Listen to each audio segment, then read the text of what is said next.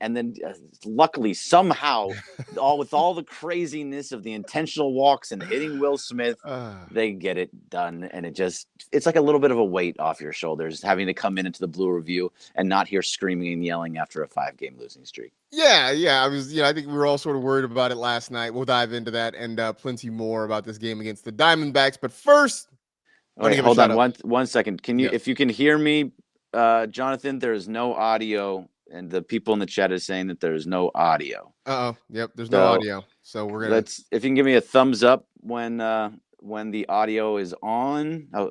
Oh, nope, you can't hear. Said cannot hear. Can't. No sound. Well, you said finally though. Yeah, that's what threw me off, right? Like they said finally, as though why'd you come in if you didn't want to hear what we had to say? Unless they're just suggesting that they don't want us to. They don't want to hear us. Maybe. Right. Oh, we're back. We're good. Danny Cortez says we're back. All right. Danny, it was back. I love this line from JF though. Tanner Scott in charge of audio. Yeah.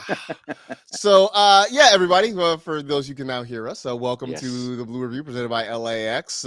Shout out to the folks there. They are transforming the travel experience, saving guests time. People Mover expected to be open early next year. You can go to flylax.com/transforminglAX for more information. So obviously the win was great. They end the 4-game losing streak, but you sort of touched on it. The story of the night yesterday was easily Yoshinobu Yamamoto. He goes 7 innings, no runs, just the one hit, a couple of walks. Was it 8 strikeouts? I believe was the final total. 9 strikeouts was the final total for Yamamoto last night, and that was everything the Dodgers needed from a starting pitcher. You know, we had talked over the last few days about how the starting pitching had really let this team down, struggling to get through 4 innings. A lot of guys forcing the bullpen to have to work extra innings. They needed somebody who could give them length and give them a solid start. And look, I know Yoshi was your pick. If there's ever a Dodger this year that's going to win the Cy Young, it was him. And last night, he looked every bit of a Cy Young winner. Oh, yeah. He was absolutely fantastic. It was just nice to see. We talked about it yesterday, right? We talked about how we needed a stopper. If you're going to be the ace of the staff, if you're going to be the Cy Young candidate for this team, if you're going to do the things that you're the highest paid pitcher in all of Major League Baseball history, you need to be the stopper in these situations. And when your team is down, you need to go out there and throw a gem. And he did absolutely that. 7 innings, 1 hit, 9 Ks, exactly what you wanted. And I give you credit, Marcus. I give you credit because you didn't blow up the no-hitter. It wasn't on you. That wasn't your fault in any sense after last time. I was thinking that same thing, right? I was like, you know what? After the last time, I'm just going to keep my mouth shut on this because I don't need to hear about it in case he does give up a hit. Craig Osterberg makes a good point in chat. Roberts was relieved that Yamamoto gave up a hit because then there were no decisions to be made. Yeah, absolutely. I was watching it too. I'm like, he's at 90 pitches about, and he's going into the 7th inning. I just can't see how they let him get through 9 if he's still doing it. It would be insane because he'd be at like 100. It would be like an Edwin Jackson type no hitter with 144 pitches. So that's the only thing that I was thinking about too. But you can talk to John Ireland today. You're going to be on Mason and Ireland. In the Mason and Ireland group chat, he sent a note at 8:34. Mace, I know you're in Hawaii, but you may want to find the Dodger game. Something special is going on through 6. The very first batter in the 7th. Marte get the hit. Quick side note to that, shout out to Andy Pages for playing that ball so well off the wall. Oh, yeah. And holding him to a long single. Which in the end might have made a difference because the Diamondbacks didn't score in that inning. If they do put a run on the board, it's a completely different ball game. So Pages holding Marte at first base by just fielding it cleanly off the wall and throwing a rocket to second base really did help save a run in that one. And maybe ultimately helps the Dodgers get a win last night. Yeah, absolutely. So let's just give Andy Pages his flowers at this point. Mm-hmm. He has, I know we've done it in the past, but he has really turned his entire season around with his defensive play in the outfield, where he's stealing home runs or making some incredible catches, even in the corners or even at center, wherever he is, he's making incredible plays. And that play that you're talking about absolutely saves runs. It was incredible the way that he has been out there, and he's also hitting too. He didn't hit as well yesterday, but he has been hitting at a super high pace. I think he has 8 or 9 home runs now. He's up there with the top of the team in terms of power, and it's just really. I think that they were talking about it a couple of games ago, where through only like Aaron Judge and maybe 1 or 2 other guys have better batting averages over the last like month of the season. So Andy Paz has been really, really good. Oh, he's been fantastic. And as you mentioned, the big play last night, which kept it a 1-0 ball game at the time. Yamamoto gets through 7, was phenomenal. And then we get to the bullpen. Little bit of a white knuckler. I mean, Alex Vesia comes in and you get a couple of guys on. But then when he gets a pop-up, he gets a strikeout and then turns it over to Ben Kasparius, who loads the bases before striking out Lourdes Gurriel to keep it at a 1-0 ball game. And I would say at that point, like, it would have been nice for the Dodgers to get another run or two in the bottom of the 8th. But Greg, after Vesia and Kasparius pitched out of trouble in the 8th, I felt like, okay, they can do this. Like, maybe they'll get through this thing. And then, as you mentioned, the Tanner Scott blow up. And then you posted in our group chat last night, is there any reliever right now that you trust? And it's hard, man. Like, the trust tree is getting really short at this point for the Dodgers in the bullpen. I don't know who I trust. I mean, maybe Kasparius, but I mean, he had a 3-2 count with the bases loaded. What was your reaction when Kasparius struck out? Was it Corbin Carroll, I believe? He struck out. No, it was Gurriel. It was Gurriel. Yeah, that's right. It was Gurriel. You're right. I jumped up off the couch and shouted. I shouted a word that I can't say here on this live. Not on this YouTube. It's an ESPN property. Yeah, I can't say that word here, but I jumped up off the couch and screamed and pumped my fist. My wife, called down from upstairs, like, is everything okay? I was like, yeah, we're good. So, no, I mean, it was a huge moment in the ball game. Again, a thing that ends up mattering in the long run because the Dodgers were able to come back and win. If Gurriel gets a hit, if he drives in a couple of runs, that's probably another loss in that one. But then, we get to the 9th. Tanner Scott gives up the home run to Moreno to tie it. The Dodgers still have a relief pitching problem, Greg. They still have a home run problem because that's kind of the biggest thing. They're just giving up the long ball too much. Yeah, everybody on this pitching staff is giving up the long ball too much. It's very, very strange. We talked about that a little bit yesterday, but let's kind of just go through this for a second. Mm-hmm. As of right now, with the way that it's being played, who do you trust in this bullpen? If Alex Vesia comes into a game, how are you feeling? Not as great as last year. Yeah. Again, like last night, he had a couple of guys on base. He did not give up the home run, which has been a problem for him as well this season. 6 he had home first runs. And third. Yeah, he had first and third and nobody out. Right. So he gets the pop-up, which is huge. The strikeout was really, really big. And so that sort of restored my faith, at least for the moment. But I'm looking and like it's hard to trust Banda, Vesia, Garcia. I don't trust Garcia. Kirby Yates, who's on the IL right now, but he's your villain. That's my guy at the moment that I'm not really enamored with right now. I mean, I'm just looking like, Matt Sauer is just sort of, he's been okay for what they've asked him to do, but we also know that, he's not going to be here long term once everybody gets healthy. I want to trust Tanner Scott, but Tanner Scott just gave up 2 home runs yesterday, so that was a problem and almost lost the game.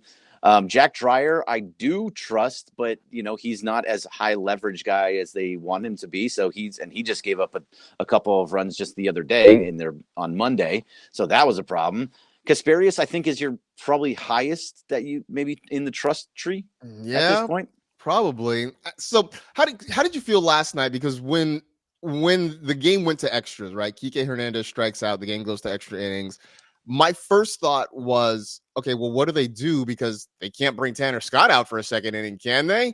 And they did. And I immediately thought, well, this potentially is a problem. And then Corbin Carroll's at the plate, and my first thought was, this is the last guy I want to see at home plate right now. And he hits the 2-run home run. I get that the bullpen is taxed. I don't know about you. I was still surprised to see Scott for a second inning yesterday. So yeah, I was surprised too. It was like, why is he still out there? But then go through it. Who was going to come in after him, and Yeah. who would you have felt good about? It wasn't going to be Luis Garcia. You pitched sour the night before. They didn't have somebody in that bullpen to say, okay, I trust you. There's no Trinan. There's no Yates. There's no Kopech back yet. They don't have somebody that after your closer you feel good about because you use Kasperius. So there was nowhere else to go. He had to go 2 innings. And if they would have tied it up and not gotten, if Max Muncy doesn't hit the fly ball to score the run, he may go out there for a 3rd inning. Yeah. I don't even know who goes in after that. Probably Luis Garcia. Well, it ended up being Bonda, right? Because Bonda gets the win last night, so they brought him in. But even that, that's right, it was Bonda, yeah. But even that, it's a short term. Like you couldn't have used Bonda for more than a few hitters, just because right now he is on the struggle bus as much as everybody else in this bullpen. So, again, he's like enemy number one. Public enemy number one. He gives up so many home runs. Man, it's becoming a problem. And I guess that sort of was the other frustrating part for the Dodgers, for the fans last night, is that Yamamoto gave you everything. And ideally, it would have been Yamamoto for 7, maybe Vesia for 8, Scott for 9. Instead, you ended up having to use Kasperius. You ended up having to use Bonda. So what ideally would have been a 2 or 3 pitcher night ends up being a 5 pitcher night. 5 pitcher, yeah. And now tonight with Dustin May on the mound, you don't have a lot of options here after that. So that's a problem, especially because May has not been great in his last few outings. He's going against an offense that can score, right? That generates a ton of traffic on the bases, that can bring in runs. So for May, it's going to be a tough task. I would say, though, Greg, for Dustin May tonight, the goal is what it was for Yamamoto last night, which is step number 1, just put up a 0 in the first inning and go from there. The other tough part of that, though, is that he's going against Corbin Burns. So it is it is not an easy matchup for May. It is not an easy matchup for the Dodgers, but I feel like if they can put up a 0 in the first inning, that at least gets them on the right foot, which is somewhere they have not been a lot lately. Yeah, no, absolutely not. He has to match Corbin Burns as best as humanly possible and try and get to their bullpen, which they're not really hitting their bullpen all that hard either. Luckily, I'm looking at it here. Like the last week when they played the Diamondbacks and Dustin May faced the Diamondbacks, he went 6 2/3 inning, only gave up 2 earned runs and 7 hits. He actually had a good outing against Arizona the last time out. So being able to kind of find that groove again against this team tonight is going to be very, very important. You need to go deep into games now. These starters cannot let this bullpen continue to get used over and over and over again. There's too many injuries on the staff. There's too much. You have to be able to go deep because you can't, as we just talked about, that trust tree is not very high right now. The bullpen dogs are not dogs because they're all on the injured list. They're little puppies right now being healed. Yeah. You talk about May's last start against the Diamondbacks. I mean, that was good. The bad news is the last time Corbin Burns faced the Dodgers, 7 shutout innings, 5 hits, in a 2-1 win, or a 3-0 win, I should say, for the Diamondbacks in that one. So definitely has their work cut out for them in this one. Offensively was not a great night. Obviously, the Dodgers left a lot of opportunities out there. I shouldn't say that. They didn't really have a lot of opportunities, I guess is the thing.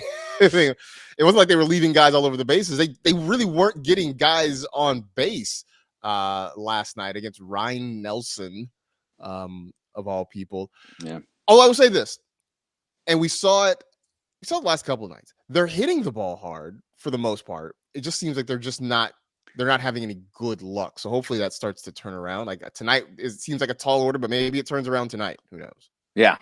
So, I mean, I hope so, because they have been, and against the Arizona just in general so far this year. Last week, they were just hitting the ball. They were talking about on the broadcast, and then we've been talking about it this last week too.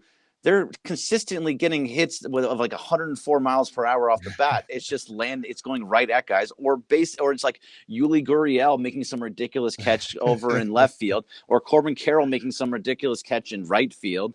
Like there's balls that should drop that are being caught. I mean, I don't have the expect. This is a Friday question for Jeff Spiegel. Yes. But like finding like what was the batting average, expected batting average of some of these hard hit balls, because they are getting bat on ball. It just eventually those things get through. I do want to talk a little bit about Muncy with you though, like because Muncy obviously he did what he needed to do in extra innings. He also had a hit earlier in the game. I see every time Muncy strikes out, I see people like, he's a bum, get him out of here, DFA him. It's time to go the route of Barnes and Taylor. Mm-hmm. Yeah. So, but I'm seeing so many things from Muncy that it seems like he's getting back. He had a chance. You called a walk-off home run for him. He just barely missed it. Almost. You were right there. Yeah. Here's the thing, and don't look now.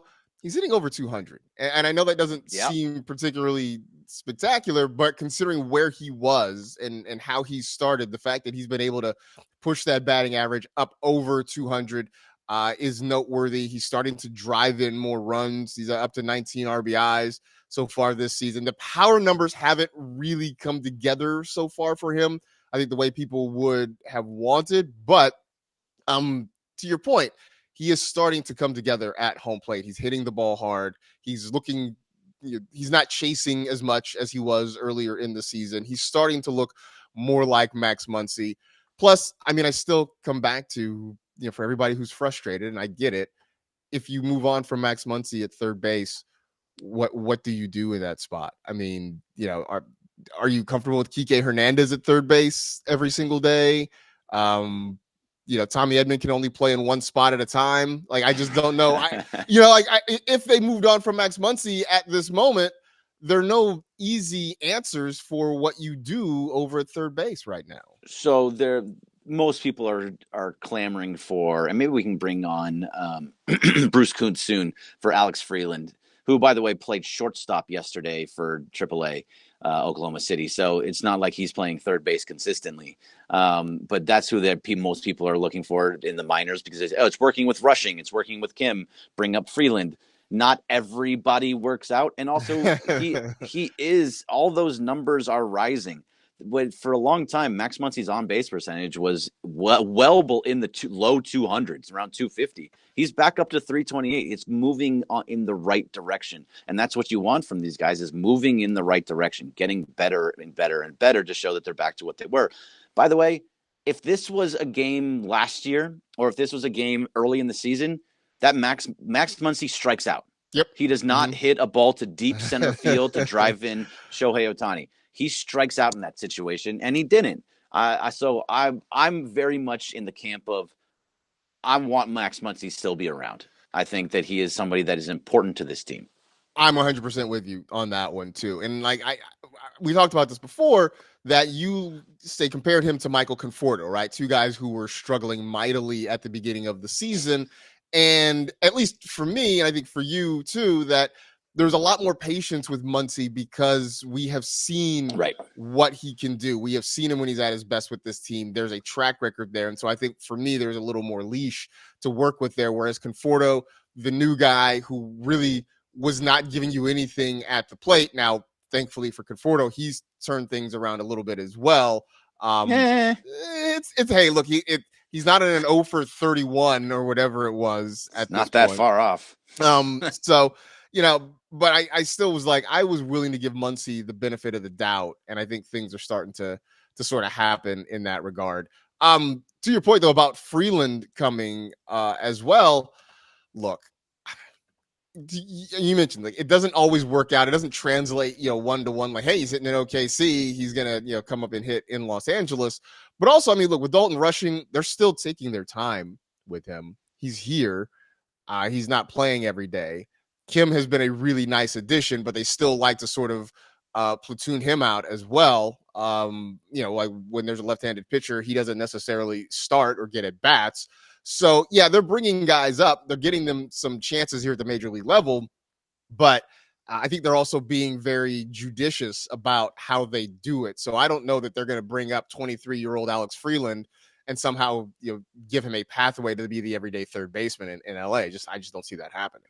No, I don't see it either. And if you do that, you're basically either trading Muncy, DFAing Muncy, or just you have to do something with him, and that's just not something that they're going to be doing for an unknown. That doesn't make sense. Now, if they trade him for a third baseman from another team, fine, I could see that happening. I just don't see it happening. Yeah. You know what I mean? There's a good question here from Thomas Vizek, who says, how much more leeway is Conforto and Rojas going to get?